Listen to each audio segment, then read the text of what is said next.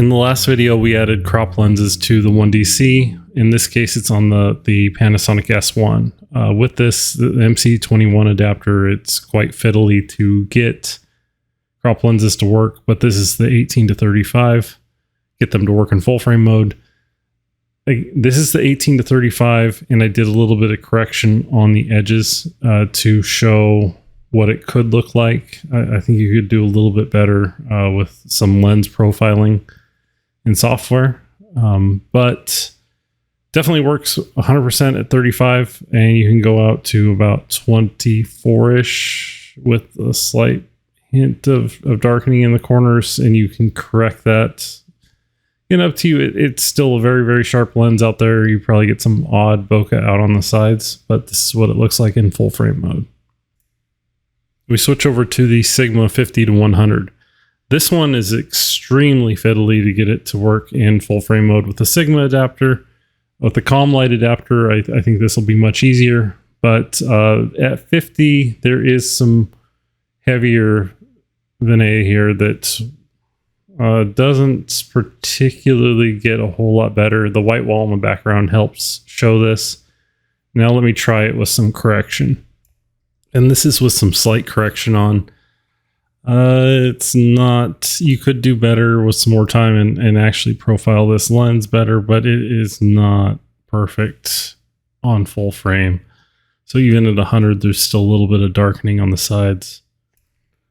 With the 1.3 crop on the 1DC, it's much more usable on that version of full frame versus the S1 or other cameras, but it's still interesting nonetheless. The Tokina 11 to 16 actually works perfectly. It doesn't limit you off the top at just working in APS-C mode. Classically, this lens has been known to work well wide at 16 millimeters, and on the S1 it's no different. It's perfect at right between 15 to 16 millimeters. You can go slightly wider. The edges pretty much look perfect, and it looks great for a lens that's this wide, which would have its own specialty uses. This is going out further to 13, but as you see, around 14 or so up to 16, it's pretty perfect. So a great lens on full frame. The 17 to 50 Tamron APS-C lens does not work at all. So this is one of those lenses that isn't going to be correctable, so it's not going to be usable on full frame. It is strictly an APS-C lens.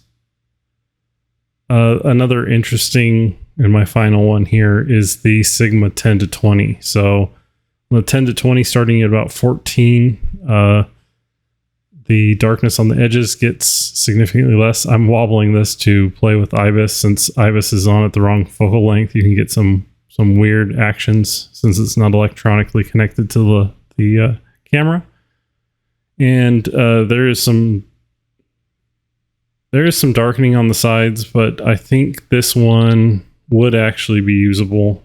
So, but if you have 11-16 better lens, and there are other options in between, but yeah, this is mediocre in this range.